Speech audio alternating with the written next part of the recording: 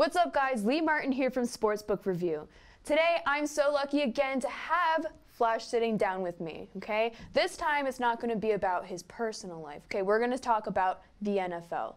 How are you doing today, Flash? I'm good. Yeah. I'm looking forward to it because obviously it's the business end of the NFL. Yeah. So now it'll be like, right, put your opinion on the line and let's see whether you're right or wrong. Yeah, because there's no second chances. It's like playoffs, in or out. Yeah, exactly. So playoffs, we have week 7 next week, and then we hit the playoffs, all right? So we still have a few games left, okay? So for the NFC East, this upcoming week, we do have the Cowboys and the Eagles. Yeah. Correct? How do you think that game's going to go? I'm hoping that the Eagles come through, but the Eagles have looked absolutely dire in the last few weeks. They've played Russian roulette with their roster. The players that have been carrying little injuries and niggles, they've left them alone. They've not played them. Some of the receivers that have gone in, honestly, they've got like Teflon gloves, non-stick, you know, I mean, they're dropping everything. And the Cowboys came out and put up a great performance last week. Dak Prescott's looking great, Oh, by don't the way. say that. How can he look great? He doesn't never look great. I mean, every team, you have to stop the run. You have to stop Zeke Elliott. But you want the ball in Prescott's hands because he will throw interceptions. He will take too long in the pocket and defenses can get at him. But I think the biggest one is you've got to get Garrett to make decisions because he doesn't do them. He doesn't make decisions really and doesn't react to a game quick enough. So I'm hoping home field advantage. They've put all their eggs in this basket, the Eagles, so they've got to go and deliver. But I've got plenty of Eagles fans who have said be on the Cowboys. You're going to be on the Cowboys? No, I'm going to be on the Eagles, Eagles, but the Eagles fans are saying you should be on the... Yeah, a lot of people are on the Cowboys. And I know the last time I checked, I know they were favored by like 2.5 to 3 points. Do you think the Cowboys can cover that? No. Or no? No, I think the Eagles are going to win the game. Outright win it all. Yeah, I hope, obviously, because I think that'll just sew it up. Yeah. And the gamble that the Eagles will have paid off, and they might get a little bit healthier, and they might surprise a few teams. But if you ask me at the moment, neither of these two are going to be effective in the playoffs at the moment. At the moment, yes. Now, while we're still in the NFC East, like as of right now, who do you think will get the buys in the playoff? Like the first buys? Well, in the NFC, wow. Because I know the two leaders right now are the Seahawks and the Packers. Yeah, but obviously that can change around if the 49ers obviously play the Seahawks in like a week or so. Yeah. So, wow. I think the Packers, because obviously any game at Lambeau, because any game at Lambeau they're going to win. So I think that they'll be okay, and we can't have the Seahawks and obviously the 49ers. One of them's got to go wild card. So, but even with Aaron Rodgers right now, I feel like he's not looking like Aaron Rodgers. Like he played the Bears a couple weeks ago, he should have destroyed them. Yeah. He played the Redskins, should have destroyed them. But it's all about the W for them boys. Yeah. Because remember, he's an old man. And if you're an old man, you just got to go slow and steady. There's no medals for him, like throwing 6 or 7 touchdowns in one game. It's just all about staying healthy, staying fresh, staying mentally fresh for the playoffs. Yeah. And obviously, if they get home field, no one's going to want to go up to Lambeau and play them in their backyard. But I still think that I've been on the Packers all year. I think the dark horse is the Minnesota Vikings. Yeah. I like the Vikings. I like the Vikings. Yes. Yes, I like the Vikings. Good judge. Oh, thank you. Now, as we switch, I want to get away from the NFC real quick. I'm going to go to the AFC. Okay. My home patch. Exactly. Big topic. Lamar Jackson. Frightening. Do you think anyone can stop him? Yes. Who? Yeah. I look at it and I think that if he gets in a shootout with, say, the Texans, I think that'll be, because that will put him under pressure. You've got to try and keep him in the pocket. And then you've got to go man to man with his options downfield. Because I know it's easier said than done, but earlier on in the year, they blew coverage on D. Yeah. So you've got to stay with them and you've got to make sure that they concentrate for the whole ball game. So really take Lamar out and expect that Lamar's going to do what he does. Yeah. But at the end of the game, because it's a one-off, you've just got to make sure you outscore. And I think that's the way to go. Okay. I don't think you're not going to be looking at a game of, say, 21-17 or anything like that. You're going to beat them like a 31-28 with a last-minute field goal, so he hasn't got the right to reply. So I like the Texans. I think the Texans could surprise. The Chiefs could also get into an out-and-out battle, but I'm hoping that the Texans surprise because because I like their quarterbacks as well. I can see where you're coming from for that, but for me personally, I have so much faith in Lamar Jackson right now. He is on fire, like he's on a roll. And now, it's the playoffs though. Yeah. Because we haven't even talked about the playoff kings. It's more pressure for him. Let's talk about the playoff kings. That's true. Let's go to the Patriots because the playoff kings, they find a way to win by only scoring 16 points. Yeah, exactly. So I talked to one of my friends and they were talking about the Patriots. Have you got only one friend? Only one.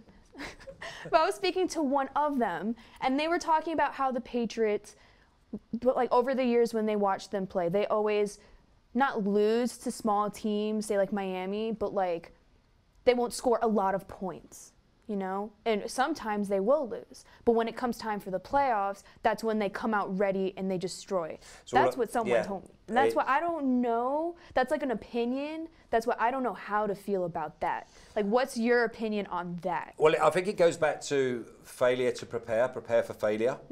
You look at Bill Belichick, and he'll make sure he has a game plan. Yeah. Now, in years gone by, they've had the weapons to execute that game plan. Now, the way that they've got as far as they've got so far this year has not really been on offense. Yeah. Whenever they've been in tight situations in games, they've come up with like pump blocks, field goal blocks, pick sixes. It's been the D that swung momentum back in their favour. And there's only so many times you can actually rely on your D. There's not a lot of pace down the field. So then when you're defending, you can get up tight because you know they're not going to go over your head. And just to go back, because I've just had a little bit of a brainwave, how can I not bring up the Saints when we're talking about the NFC? That's because true. I've got this bugbear of me, of Eli Apple, who's Saints. And he does me every time we pass interference calls when I'm with the Saints. So I was thinking about who can I exploit, and I'd love to see the Patriots play the Saints, but obviously it's not going to happen because I don't think the Patriots are going to get there this year. But I would see Belichick just going, we'll just target Eli Apple because we'll gain. We won't catch the ball for 50, but we'll get a PI right down the field, and we'll just keep getting using one of their players. But New England not good enough. Not explosive enough. Is it as an overall team, or do you think it's because of Brady? No, it's not. No, it's nothing to do. I think it's the overall team. No, it's the overall offense, because it's not the team, because the team on D is outstanding. It's like probably the top 3 or top 4 D. But remember their schedule. Their schedule is they're playing against teams that very few of them have winning records. I mean, obviously Buffalo in their division have done really well, but when they've come up against really good sides like Kansas and the Ravens, they've been found wanting. So for me, they don't score enough points, and they don't offer the threat, because what it also does is, if you've got the threat down the field, then it opens up that big gap, because your safeties have got to drop because they don't want to get done in behind. So then you have your slants, you have your posts, you have your cuts, and then you can just keep throwing it. Well, you know that Brady and Edelman, they're the king of the slant and king of the cut. So, and obviously before you had Ron Gronkowski, you used to just go straight down the seam. He's so lost without Gronk. They call it, as we said before, any team would be. I mean, you can now almost say, and we're not going to put him in the same class, but you could say that the 49ers are lost without Kittle. They're a tight end at that magnitude. They are massive to any football organisation. Okay, I can see that. So you don't think the Patriots can make it to the Super Bowl this year? No, I don't. No? I think I'm hoping that they play in Championship weekend, or obviously semi-finals. I hope that they play the Texans, because I can see the Texans doing them again. Yeah. And I see them winning. Do you think the Texans can make it to the Super Bowl? Yes, I do. Really? Yeah, I do. I think that I can see the Texans maybe playing Baltimore. I can see it. I can definitely see the Ravens making it to the Super Bowl. Oh yeah, you can at the moment, but again, a couple of team. injuries. I mean, what happens? That's true. Because you look and they're winning games so comfortably. What's Lamar Jackson still doing in a game with 5 or 6 minutes to go in the fourth quarter? Because someone might target him. Exactly. Because he plays naturally and he plays instinctively. So he breaks out the pocket and he goes for a run. Yeah. And then if someone targets him and he gets injured, that's their season over. Yeah. So why is he even in there? It's a big gamble. That is a big gamble. You have a very huge point there, actually. Thank you. Yeah. I have them now and again, you know. Yeah. Just now and again, yeah. All right, well, we did just speak about the Super Bowl, and you did mention the Texans and the Ravens. Yes. Are there any other teams that you could think might possibly make it? Yeah, the AFC is up for grabs. Yeah. The AFC, anyone who gets into the final 6 can definitely get there. I mean, the Bills. And how mad am I saying that? The Bills on their D and they're getting something going on offense. They could do it. Anybody can beat anyone, I believe, on that AFC. Yeah. And then you go to the NFC. What NFC, yeah. This is the most wide open we've seen the National Football Championships. Yeah. Because we got the Saints, we got the Vikings, The Saints, we got the Packers. Drew Brees. Yeah, that was great the other night. Yeah. It was great the other night. But again, with players like Eli Apple, you can play on them. Yeah. That you can score against them. Only a few weeks ago, I think it was a last-minute field goal to beat Carolina, like 31-28. Yeah. How have Carolina gone into New Orleans and put up 28 points? So they can be scored upon. I like the NFC maybe to come out on the best D, and the most athletic and best D I've seen. It's probably the 49ers. 49ers? Do you think the Packers? No, I think the Packers will come unstuck because I think the front line is not strong enough to protect Rodgers, and I think they'll get to him. So yeah, I would say probably the 49ers are still probably my favourites to progress. Okay. And do you think Jimmy G's overrated at all or no? Not overrated. I don't think he's underrated neither, you know. I think he just does his job and he's part of a strong team. And as we said before, that I always like a team that's links are strong with no stars. It's a great product, but there's no stars. I mean, the D, they're at it, and they'll help get the job done. For the 49ers? Yeah, without a doubt. So you think their D, excuse me. Yeah. So you think their D is stronger than their offense? Yeah, without a doubt. Yeah? Oh, yeah, it's not even a question. So do you think they'd be good without Jimmy Garoppolo or no? Well, I mean, I think he's one of those that's been brought up through the Patriot system Yeah. of I see, I do. So basically, he just does what he sees and does what he's told. He's mechanical. He did very few broken plays. So he sticks to the script because he knows that the defense get him back on the field. And when he's on the field, that means the opposing D's on the field a lot more. So he tires them out. And then, listen, they've got good players. Yeah. And obviously, we just said about Kittle a minute ago. Yeah. He's got a big monster tight end there that he can use in tight situations. Yeah. And I like that you compared him to Gronk. Well, yeah, obviously he was not going to be as good as a Gronk, but he's on his way to be as important. Exactly. He's as important to the 49ers as Gronk was to the Patriots. All right, so I guess we shall see what's going to happen after week 17. Well, who's yours? Who do you think? For me? All right asking the questions, but who do you fancy? For the Super Bowl? Yeah, or just to get through the NFC and AFC first. Honestly, just like my favorite team right now, besides the Bears, who I know are trashed this year, Yes. I love the Ravens. Right. I do love the Ravens. So do you think the winner comes from the AFC? Do you? I think so. And if it's not the Ravens, do you think it could be the Texans? Because they're always mirror image, you know. That's a tough one for me. Yeah. Honestly, I don't think the Texans could. Why? I just personally don't think so. Yeah, but just because, like, when I look at overall teams, I always look at efficiency. Right. Because that's the most important to me, is the whole team. Right. And then when I look at efficiency, the Ravens have the best efficiency. So with the Texans, that can go either way. You know, they aren't as efficient as the Ravens. That's why. But they're explosive, and they're almost a mirror image. Which I can see of the why Ravens you like them. in a one-off situation. Because I've never thought of them like that. Well, you got Deshaun Watson. Yeah. Who's almost like.